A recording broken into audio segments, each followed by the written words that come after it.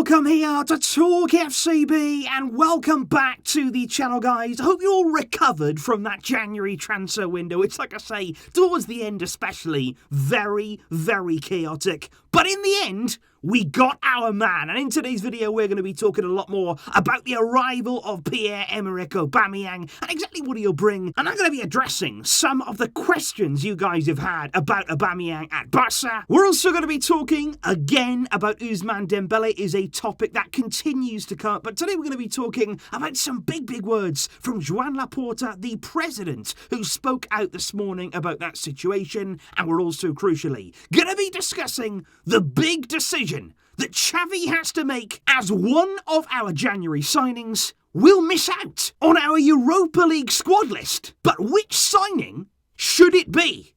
It's all coming up, guys. Let's do it.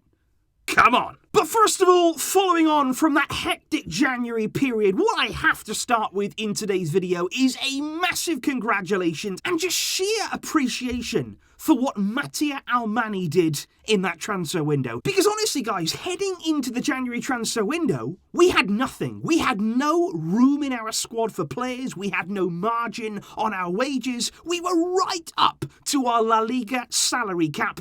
It looked like nothing would happen. It looked like nothing could happen, even when we desperately needed it. But here arrives Almani. What he did in that window there by significantly reducing that wage bill once again, following on from the good work that was done in the summer. And not only that too, to get players out the door, to bring those wages down, but to actually then go about strengthening the squad. We actually come through this January period not weaker, but with a much stronger squad, with many more options there for Xavi looking to these next few months. So unbelievable work there that was done by Almani. But I do want to talk about Ousmane Dembélé, because that was one of the deals maybe that Almani and especially Joan Laporta desperately wanted to get done. They wanted to seal that exit, but it simply did not happen in the end. And today, Joan Laporta, speaking in a press conference, actually addressed the Dembélé situation. Very interesting what he had to say. He said, we presented Dembélé with two very good offers to leave the club in January. He said, but actually, he refused both of them. He said, we were really surprised, especially with the last one at the last minute for a Premier League club, that Dembélé didn't want to go there. He said he prefers instead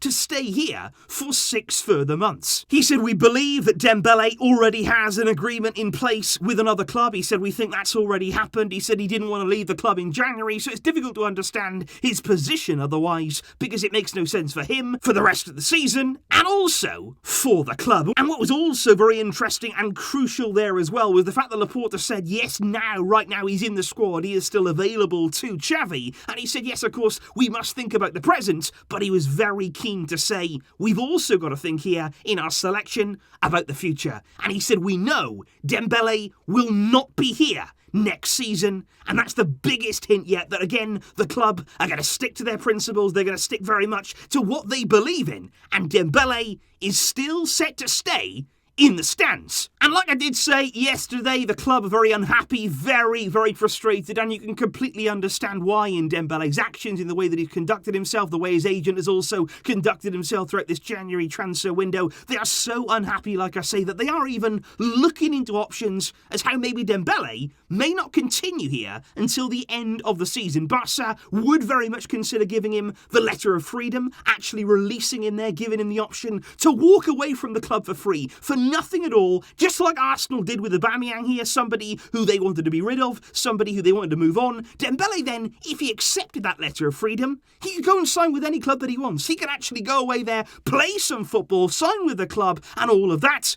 But, according to the reports right now, Dembele won't accept that either. He did not want to go. He will not accept the letter of freedom. He is determined to stay here, to see out that contract until the end of the season. But like I say, the club have to stay firm, especially now with the arrival of Adama Traore, of Pierre-Emerick Aubameyang. Dembele stays in the stands. But of course, guys, that does bring us nicely on to the topic of our brand new forward signing, Aubameyang, who indeed trained with the team this morning with his brand new teammates at Barca. The club seemed like they didn't want to give too much away in the photos from the training session, but as you can see right here, Aubameyang does appear in one of those just in the background there, behind Ferran Torres. Aubameyang clearly very, very keen to get down to business, down to work, and we do expect him to be involved in the game on Sunday against Atletico Madrid. And of course, we have spoken yesterday about Aubameyang's proven goal record, about the fact that when he is on it, when he's feeling good, confident, when he's at his best, he can be an absolutely electric player in that front line. But of course, there have been plenty of questions coming my way, and of course, questions about Aubameyang when it comes to that attitude. Many people are saying, is he going to be committed? Are there going to be disciplinary problems? We've had enough of all that. We don't want any more players causing problems away from the field. But what I would like to say here on Aubameyang is I think already he's started to show what we can expect from him. You look at the kind of pay cut that he's taken here to make this move possible, the sheer millions that he's sacrificed there. He could have stayed at Arsenal. He could have been earning massive, massive money to do nothing. But no, he wanted to come. He was desperate to be here, travelling over to Barcelona on deadline day, waiting and waiting to make that move happen. He is absolutely desperate to wear that Barcelona shirt. And I think what we're going to see here is a really motivated player. And I think not only about taking on this opportunity at a massive club, I think it's more than that too. Because I wonder here if we are going to see a player in Aubameyang. You look at the way that it ended for him at Arsenal, the way that he was actually their best player in the team for a long, long time, many years. He was their biggest threat. He carried them at times with his goals. And then all of a sudden, he was cast aside, into the shadows. He wasn't playing there. Made the villain by Mikel Arteta. And I think what we're going to see now from Aubameyang is somebody who is so motivated and desperate to show everyone what he can do, to hit out at those who've doubted him and really send out a message that he can still do it. And what better way to make that statement than to be playing at the biggest club that he's been at throughout his entire career by taking a chance that probably this late in his career he never thought would come. He's got that chance now, and he is motivated to snatch it. But then comes the big question of our Europa League squad. Because let's not forget, guys, now we are into the month of February. The Europa League is going to be upon us very, very soon indeed. Big test that we have against Napoli there over 2 legs to come. And don't forget as well that winning the Europa League would give us Champions League football for next season. So that's something there definitely to keep in mind. But the problem is, when you are looking at the squad that we have to submit there to UEFA regarding our Europa League squad, the problem right now for Xavi and indeed for the club, and we did know all about this, this is not some shock overnight, we knew this would happen, but we could only register 3 new signings in our squad list for the Europa League. So only 3 of the players who joined us in January are able to be registered to play in the Europa League because unfortunately it is simply not possible, not permitted there to just unregister one of the existing players on the squad list. So it is strictly only 3 new additions and there's no way around that rule. Otherwise Almani would have found something. So we've got Dani Alves, we've got then Ferran Torres, you've got Adama Traore and now of course Pierre-Emerick Aubameyang, and only 3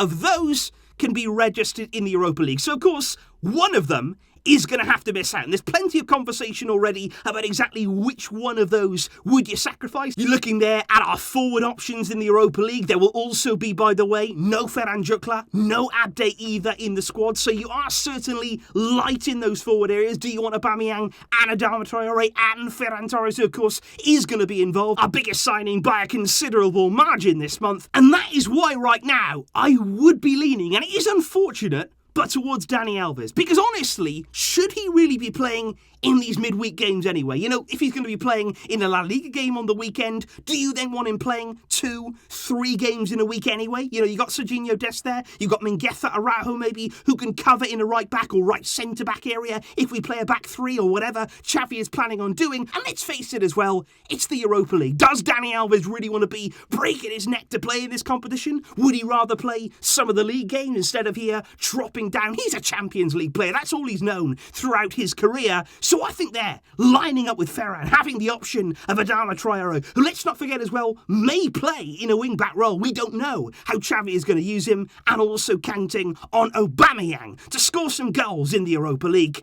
That's the way I would go right now. I can understand if you feel differently, if you feel maybe we need the experience of Alves, I can understand that too. But we won't have to wait long for that decision, because the deadline for submitting the Europa League squad list is February the 2nd. So by tomorrow, all of this will be decided. So indeed, guys, what I would like from you in the comments down below is which one of our January signings would you exclude, would you leave out from our Europa League squad? And let me know exactly how you came to your conclusion. Also, let me know your thoughts on the Dembele situation, how well Almani did in this transfer window, and indeed as well, the arrival of Aubameyang. I will see you soon, of course, with more videos to come ahead of that massive game this weekend. Thanks for watching, guys, and thank you as always for your great support. But until next time, as always, Vishka El Barça.